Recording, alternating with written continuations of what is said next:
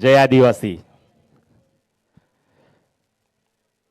સાંજ પડી ગઈ છે, ઠંડી વધી ગઈ છે, તો કદાચ તમારા બધાના અવાજની અંદર પણ ઠંડક આવી ગઈ છે એવું લાગે છે.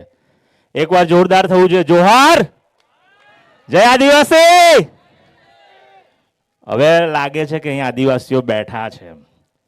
બાકી શહેરી આદિવાસી, ગ્રામ્ય આદિવાસી એનું મિશ્રણ કદાચ દેખાઈ રહ્યું હતું, પણ હવે લાગે છે કે કટ્ટર અને ગામડાના આદિવાસીઓ બેઠા છે. મને વિષય આપવામાં આવ્યો હતો મારા વડીલ દ્વારા કે સ્થાનિક સમસ્યાઓ ઉપર ચર્ચા કરજો એમ.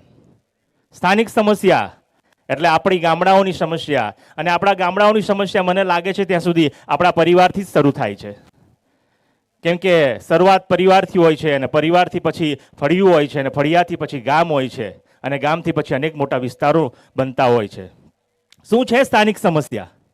સ્થાનિક સમસ્યા આપણી એ જ છે કે આપણે એકબીજાને સમજવા રાજી જ નથી. આજે કોઈ પણ લડત લડાતી હોય, કોઈ પણ યોજના કે પ્રોજેક્ટ માટે લડત લડાતી હોય, પણ એ તો માત્ર કોની જવાબદારી? આગેવાનોની જવાબદારી, બાકી બીજા કોઈની જવાબદારી બનતી નથી. આગેવાનો જાણે આના આગેવાનોનું કામ જાણે, બીજા ગામના લોકો સાથે એને કોઈ મતલબ જ હોતો નથી. કેમ નથી મતલબ હોતો એ આપણે સમજવાની જરૂરત છે હવે, ને જાગવાની જરૂરત છે. અહીંયા કેટલાય મહાનુભાવો અને કેટલાય અનુભવી લોકો અહીંયા આવીને કહીને ગયા આ મંચ પરથી કે આપણે હવે જાગૃત થવાની જરૂરત છે. પણ એ જાગૃતતા ખબર નહીં કેમ જાણે નથી હજુ ઊભી થઈ. સંશોધનનો વિષય છે. હમણાં જ કેટલા કાર્યક્રમો થતા હોય છે. યુવાઓ ડીજે બેન્ડની પાછળ નાચતા હોય છે. હજારોની સંખ્યામાં એક ઝુંડ ચાલતું હોય, એક ટોળું ચાલતું હોય, કેટલાય લોકો નાચતા હોય છે.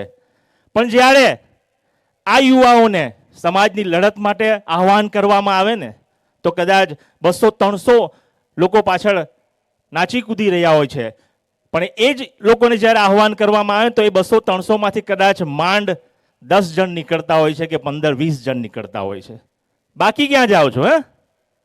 બાકી ક્યાં જાઓ છો? શું એ લડત ખાલી એ અમુક મુઠ્ઠીભર આગેવાનોની જ છે? શું લડત એ ખાલી અમુક જ જાગૃત લોકોની છે, બાકીની કોઈની લડત નથી?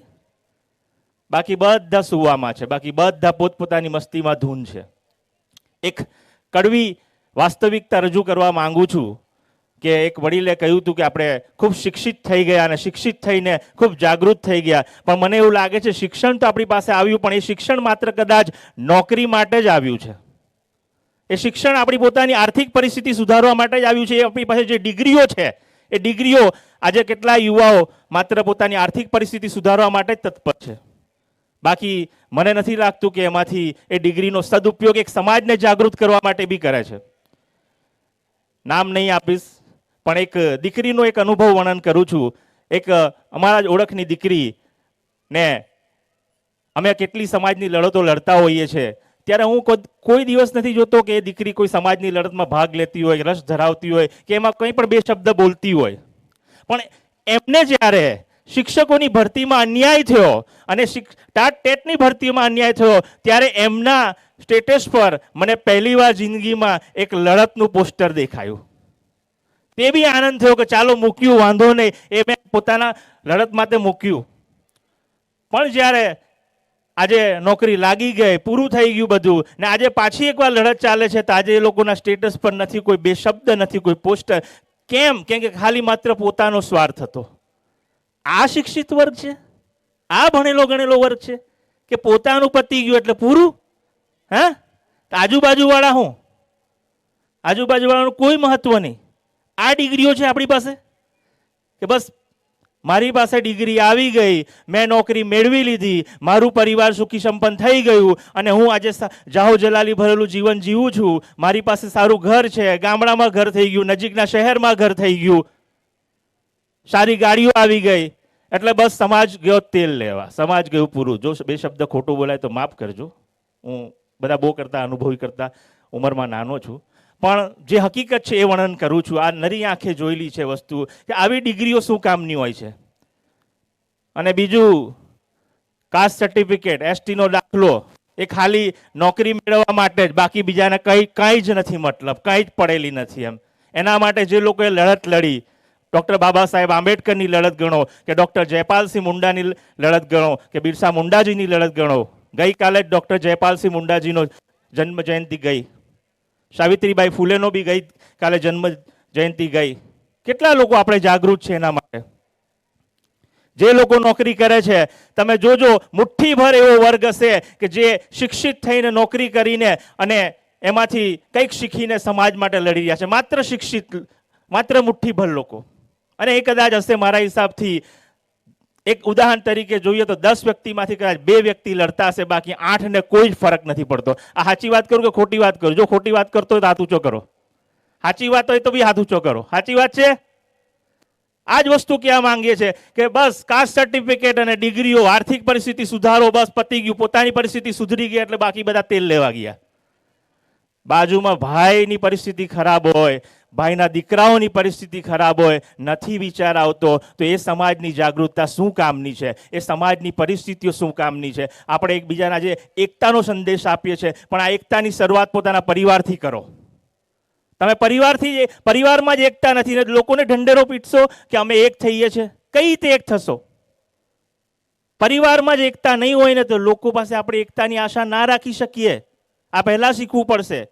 અને આપણી સર્ટિફિકેટો કે આપણે ડિગ્રીઓ ખાલી આપણી આર્થિક પરિસ્થિતિઓ સુધારવા માટે નથી, એનો એક બીજો ઉપયોગ છે સમાજને સુધારવા માટે બી. તમને તમારા માતા પિતા દ્વારા અગર સારું શિક્ષણ પ્રાપ્ત થયું છે તો એ શિક્ષણનો એક સદુપયોગ તમે તમારા સમાજની જનજાગૃતિ અને સુધારણા માટે બી કરો, તો એ તમારી સાચી ડિગ્રીઓ અને તો તમારી સાચી મહેનત અને તોય તમારા સાચા નંબરો. બાકી વધારે બોલીશ ને તો બહુ કડવું લાગશે. બાકી તો છે ને, બળદને બી આપણે હળમાં જોડી દઈએ ને એટલે એને પણ લાકડી પડે ને તો એ બી ખેતર ખેડવાનું ચાલુ જ કરે. એ ખેડા જ કરે, એ બી એક મહેનત જ કરે છે, એ બી કામ જ કરે છે. તો એનામાં ને આપણામાં શું ફરક પડે? આ ઘરે જઈને વિચારજો, અત્યારે નહીં વિચારતા. એનામાં ને આપણામાં શું ફરક પડે કે આપણે એક ભણી ગણેલા ખાલી એક રોબોટ છે, એક મશીન છે, આપણામાં જે કમાન્ડ ફિટ કરી દીધા, આપણને જે નોલેજ આપી દીધું, બસ એટલું કામ કરતા રહો. સવારે કામ પર જાઓ, સાંજે આવીને બસ સૂઈ જાઓ. અને ઘરવાળી સાથે વાત કરો કે બસ આ સમાજમાં આ સમસ્યા છે. અરે ભાઈ, તમે ક્યારે બહાર નીકળશો? હા, તમે ક્યારે બહાર નીકળશો? સમાજના સમસ્યા બધાને જ દેખાય છે, પણ એનું નિરાકરણ કરવા માટે કેટલા નીકળે છે? જેટલા નીકળે છે એટલા લોકોને મારા અહીંથી સલામ છે. પણ એક મોટો વર્ગ માત્ર ને માત્ર બસ પોતાની જીવનની અંદર ખુશ છે, એને સમાજનું કંઈ જ નહીં દેખાતું. આપણી સાથે અહીંયા ડૉક્ટર જીતેન્દ્ર વસાવા હતા. એમણે શરૂઆતમાં જ કહ્યું, એમણે બહુ સ્પષ્ટ શબ્દોમાં અને બહુ ટૂંકમાં કહ્યું, અને એમની વાતો ખરેખર સમજવા જેવી છે. એમણે મારે જે કંઈ કહેવું હતું એમણે શરૂઆતમાં જ કહી દીધું છે, પણ હું થોડુંક સીધું કહું છું કે કદાચ સીધું લાગે. તીર સીધું નીકળે તો જ વાગે છે, વાંકું જાય તો બીજે જાય. એટલે મેઇન બાબત એ છે કે સ્થાનિક સમસ્યાઓ માટે લડત માત્ર મુઠ્ઠીભર સામાજિક આગેવાનોની નથી, એ લડત તમામ લોકોની છે. આજે કદાચ કોઈ રજવાડની સમસ્યા હોય, કદાચ વ્યારાની સમસ્યા હોય, માંડવી વિસ્તારની સમસ્યા હોય, કેવડિયાની હોય કે પછી કોઈ પણ વિસ્તારની સમસ્યા હોય, દરેક સમસ્યા માટે બધાએ તત્પર રહેવું પડશે, બધાએ લડવા માટે સાથ સહકાર આપવું પડશે. પણ આ તો આપણે ફળિયામાં જ ભાગલા છે. આંબલી ફળિયામાં સમસ્યા હોય તો બીજા ફળિયાવાળાને સમસ્યા તો કોઈ મતલબ જ નથી. ઉત્તમ દાદા સાચી વાત કે? બીજા ફળિયાવાળાને કોઈ મતલબ જ નથી. ફળિયામાં જ તમે લોકોને સંપ નથી તો બીજે ક્યાંથી હશે? હલો, તો આ આપણે ક્યારે શીખીશું? આપણે ક્યારે સમજીશું? સમય મર્યાદાને માન રાખું છું એટલે વધારે સમય નહીં લઉં, માત્ર છેલ્લી 2 મિનિટો. સ્થાનિક સમસ્યામાં એમ તો જોવા જાય ને તો બહુ બધું છે કે આપણી પરિસ્થિતિઓ, આપણું એજ્યુકેશન્સ, આપણી આ જળ જંગલ જમીનો, આપણી સંસ્કૃતિ, આપણા પરંપરા, આપણી રીત રિવાજો, ધર્મના વાળાઓ, રાજકીય વાળાઓ, ટૂંકમાં કહી દઉં છું, સમજી જાઓ, બુદ્ધિજીવી લોકો બેઠા છે અહીંયા. એમાંથી જેટલું બહાર આવશો એટલું બધું સારું છે. પણ અત્યારે એક નવી સમસ્યા ઉદ્ભવી છે, નોટિસ કરજો એને. અમે બહુ લાંબા સમયથી નોટિસ કરી રહ્યા છે. એ નવી સમસ્યાએ જન્મ લઈ લીધો છે અત્યારે. એ ટૂંકમાં કહી દઉં છું કે મંચ પર બોલાય છે જય આદિવાસી, અને મંચની પાછળ સમજી જાઓ, મંચની પાછળ સમજી જાઓ, આ મંચનું માન રાખું છું મેં, તે એવા આપણા જ લોકો છે, એવા આપણા જ સમાજના બની બેઠેલા કાર્યકર્તા અને આગેવાનો એ સૌથી મોટી મૂળ સમસ્યાઓ છે. કેમ કે એ લોકો ગેરમાર્ગે દોરે છે. એ લોકો અને એ લોકોને કારણે આજે સમાજ વિશ્વાસ ગુમાવે છે, દિશા ભટકે છે અને સમાજનો ગામડાનો એક ગરીબ માણસ વ્યક્તિ બહાર નથી નીકળતો.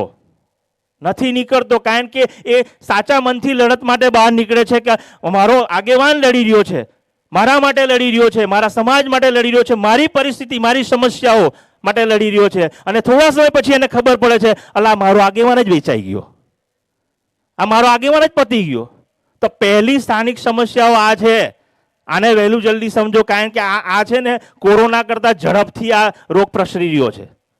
કોવિડ તો કદાચ રસી આપીને કંટ્રોલમાં આવતો હતો, પણ આની કોઈ રસી છે જ નથી. ઉત્તમ દાદા, સાચી વાત છે? આની કોઈ જ રસી નથી. એટલે આ જ્યાં મારે કહેવાનું હતું, જે સંદેશ આપવાનો હતો, એ સંદેશ પહોંચી ગયો છે. બાકી હું રજવાડ ગામના લોકોને આભાર વ્યક્ત કરું છું. 33મું આદિવાસી સાંસ્કૃતિક એકતા સંમેલન જે બુરહાનપુરમાં મધ્યપ્રદેશ ખાતે જવા થઈ રહ્યું છે અને એનો રાજ્ય કક્ષાનો કાર્યક્રમ જે આપણા નજીક રજવાડ ગામના લોકોએ આટલું સુંદર આયોજિત કર્યું, એમાં તમામ આયોજકોનો હું આભાર વ્યક્ત કરું છું. હું બધાના નામ નથી જાણતો, પણ મારા વડીલ એવા બિપિનભાઈનો હું હૃદયથી આભાર વ્યક્ત કરું છું. કેમ કે એમણે બહુ મહેનત કરી છે અને એમની મહેનત ના રાત જોઈ છે, ના દિવસ જોઈ છે. આટલી ઉંમર થઈ ગઈ છે, પણ તે છતાં પણ એ યુવાઓને શરમાવે એવી મહેનત કરે છે. તો એકવાર એમના માટે પણ જોરદાર તાળીઓ થવી જોઈએ. એમની મહેનત ખરેખર દાદા સલામ છે. તેમજ આ બધા માટે એકવાર જોરદાર તાળીઓ થવી જોઈએ, કારણ કે આ બધાએ ખૂબ સારી મહેનત કરી છે. અને સૌને હું આમંત્રણ આપું છું કે મધ્યપ્રદેશની અંદર થઈ રહેલો બુરહાનપુરની અંદર આદિવાસી સાંસ્કૃતિક એકતા મહાસંમેલન, આપ સૌ જાન્યુઆરી 13, 14, 15 ની અંદર પધારજો અને એ કાર્યક્રમને જાણો, સમજો અને આપણી એકતાને સમજો. જોહાર, જય આદિવાસી. ખૂબ ખૂબ ધન્યવાદ આપણા ગોરખ